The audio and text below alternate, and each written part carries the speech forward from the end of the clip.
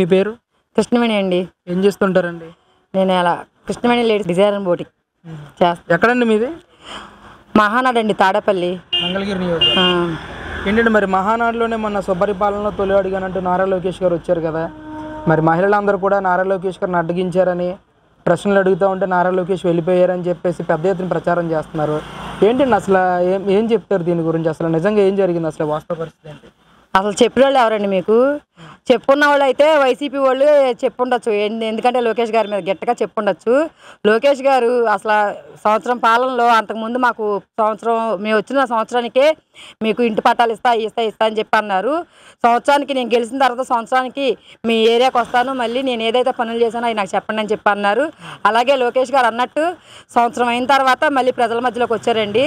ప్రజల దగ్గర కూడా అదే స్పందన వచ్చింది. ఎందుకంటే లోకేష్ గారు ఇది 40 ఏళ్ల కళని తీర్చారు. ఇళ్ల పట్టాలు ఇవ్వడమే కానివ్వండి, అలాగే పిల్లలకి తల్లికి వందనం వేయడమే కానివ్వండి, అలాగే ఇంకోటి ఉచిత గ్యాస్ బండ్లని, అదొకటి మళ్ళీ కాలేజీ చదువుకునే పిల్లలకి ఫీజు రీప్లేస్మెంట్ అని పడింది. చాలా బాగుందండి. అంటే ముఖ్యంగా మహానాడు అంటూ ఉన్నారు కదా, మరి మొన్న ఇళ్ల పట్టాలు ఇచ్చినప్పుడు ఇక్కడ ఎంతమందికి ఇళ్ల పట్టాలు వచ్చినాయి అసలు మహానాడు ప్రాంతంలో? నిజంగా చెప్పాలంటే మహానాడులో ఇళ్ల పట్టాలు వచ్చినాయి ఏంటంటే టీడీపీ పార్టీ వాళ్ళకన్నా మా లోకేష్ గారు ఏం చేశారంటే ఎక్కువ వైసీపీ వాళ్ళకే వచ్చినాయండి.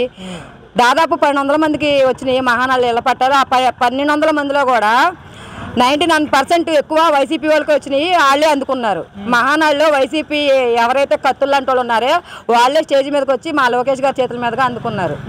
మరి వైసీపీ వాళ్ళకి అసలు పట్టాలు ఇవ్వలేదని పెద్ద ఎత్తున ప్రచారం చేశారు గతంలో. టీడీపీ వాళ్ళకే పట్టాలు ఇస్తున్నారు, వాళ్ళకి ఎవరైతే కార్యకర్తలు ఉన్నారో వాళ్ళకే పట్టాలు ఇస్తున్నారని చెప్పేసి ప్రచారం చేశారు.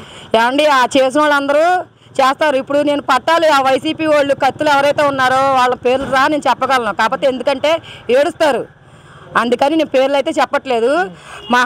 వైసీపీ కరుడుగట్టిన కత్తులే ఇళ్ల పట్టాలు తీసుకున్నారు. అంటే పార్టీతో సంబంధం లేకుండా ఈరోజు లోకేష్ గారు ఇక్కడ పరిపాలన చేస్తున్నాడా? ఎవరికి పడితే వాళ్ళకి, టీడీపీ అని వైసీపీ అని పార్టీల భేదం లేకుండా సంక్షేమ కార్యక్రమాలు కానీ ఇళ్ల పట్టాల కార్యక్రమం కానీ చేస్తున్నాడు అంటే? మీకు నిజంగా చెప్పాలంటే లోకేష్ గారు టీడీపీ వాళ్ళకన్నా ఎక్కువ వైసీపీ వాళ్ళకి కానీ, అలాగే నోటర్లుగా ఉన్న వాళ్ళకి, ప్రతి ఒక్కరికి ఈ పార్టీ ఆ పార్టీ అని కాదండి, ప్రతి ఒక్కరికి నోటర్లుగా ఏ సమస్య ఉన్నా సరే ప్రతి సమస్యని ఎవరన్నా మనం అధికారుల దగ్గరికి వెళ్ళాలి. అలా కాకోకుండా లోకేష్ గారి పాలనలో ఏంటంటే ప్రతి ఒక్కరు అధికారులు కానీ ఎవరైనా సరే ప్రజల మధ్యకే వచ్చి ఏ సమస్య ఉన్నా సరే తీరుస్తున్నారు. ఎలా ఉంది అసలు? సంవత్సరం అయింది లోకేష్ గారు అధికారంలోకి వచ్చి, దాదాపు 91,000 మెజారిటీతో ఆయన్ని మీ మంగళగిరిలో ఎమ్మెల్యేగా గెలిపించుకున్నారు. ఆ మెజారిటీకి తగ్గట్టుగా ఈరోజు ఈయన పరిపాలన చేస్తున్నాడా? ఇక్కడ ప్రజలందరూ లోకేష్ గారు నమ్మి ఓట్లేసి గెలిపించుకున్నందుకు, భారీ మెజార్టీ వచ్చినందుకు, అలాగే లోకేష్ గారు ప్రజల్ని గుర్తుపెట్టుకొని గుండెల్లో పెట్టుకొని ప్రతి ఒక్కరికి మొన్న పాదయాత్రకు వచ్చారండి, 2వ తారీఖు వచ్చారండి, తొలి అడుగు అని చెప్పని వచ్చారు. గడప గడపకి వచ్చి లోకేష్ గారు ప్రజల సమస్యలు తెలుసుకుని ఉంటే ముందుగా లోకేష్ గారు ఏమన్నారంటే, సార్ మాకు అన్నీ మీరు చెప్పిన పథకాలు ఏవైతే వస్తున్నాయో అవన్నీ మాకు వస్తున్నాయండి, కానీ మీరు శుభ్రంగా ఉండాలి, మీరు శుభ్రంగా ఉంటేనే మీ ప్రభుత్వం శుభ్రంగా ఉంటేనే మేము శుభ్రంగా ఉంటాం సార్ అని ప్రతి ఒక్కరు గడపకి ఎవరైతే వెళ్తున్నామో వాళ్ళు ప్రతి ఒక్కరు చెప్తూనే ఉన్నారండి.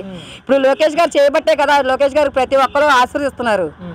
మళ్ళీ గెలిచే అవకాశం ఉందా నారా లోకేష్ మంగళగిరిలో? మళ్ళీ గెలవడం ఏంటండి, జనాల గుండెల్లో గుర్తుండిపోతాడు. ఇంకా జీవితాంతం మంగళగిరి నియోజకవర్గంలో టీడీపీ పార్టీ ఉంటుంది, లోకేష్ గారే ఉంటారు. ఏమంటే ఎందుకని అంత స్ట్రాంగ్గా ఎలా చెప్పగలుగుతున్నారు అసలు మీరు? అంటే గతంలో కూడా దాదాపు 5,000 పైచీల కోట్లతో ఆయన ఓడిపోయాడు, ఇప్పుడు 90,000 మెజార్టీతో గెలిచాడు. మళ్ళీ తారుమారయ్యే అవకాశం ఉండదంటారా? ఏముండదండి, ఎందుకంటే తారుమారయ్యి చేసి ఓట్లయితే చేస్తారో కానీ జనాలను తారుమారు చేయలేరుగా, జనాలైతే తారుమారు చేయలేరు కదా. ఎందుకంటే చెప్పింది ప్రతిదీ చెప్పినట్టు లోకేష్ గారు చేస్తున్నారు. అంతకుముందు పరిపాలనలో జగన్ పార్టీ వాళ్ళు ఉన్నారు, ఆర్కే ఉన్నాడు, అసలు ఎవరు కనిపించాడండి? ముందుగా మెయిన్ కిస్టోడ్ పట్టాలు రావు, ఇల్లు ములిపోయినప్పుడల్లా పద్దాకు మీకు పట్టాలు రావు, ఇల్లు తీసేయాలి అది అని చెప్పని పద్దాకు చెప్తానే ఉన్నారు. ఆయన 15 సంవత్సరాలు కానివ్వండి 10 సంవత్సరాలు కానివ్వండి పాలనలో ఉన్నా కానీ ఏ రోజు కూడా ఇళ్ళకొచ్చి పలకరించింది లేదు, చేసింది లేదు. ఇప్పుడు లోకేష్ గారు అలా కాదు కదండి, చెప్పింది ఏదైతే సంవత్సరంలోపు మీకు 90 రోజుల్లో ఇళ్ల పట్టాలు ఇస్తా అన్నారు, అలాగే 90 రోజుల్లో ఇళ్ల పట్టాలు ఇచ్చారు. మళ్ళీ సంవత్సరంలో మహానాడు కట్ట మీదకి వచ్చి అడుగు పెట్టారండి. ఇంకేంటండి జనాలకు మర్చిపోయేది చెప్పండి మీరు? మహానాడు అంటే కృష్ణకి వరద వచ్చిన ప్రతిసారి ఈ వరద ప్రభావిత ప్రాంతంలో కూడా చాలా మంది ప్రజలు అల్లాడిపోతున్న పరిస్థితి.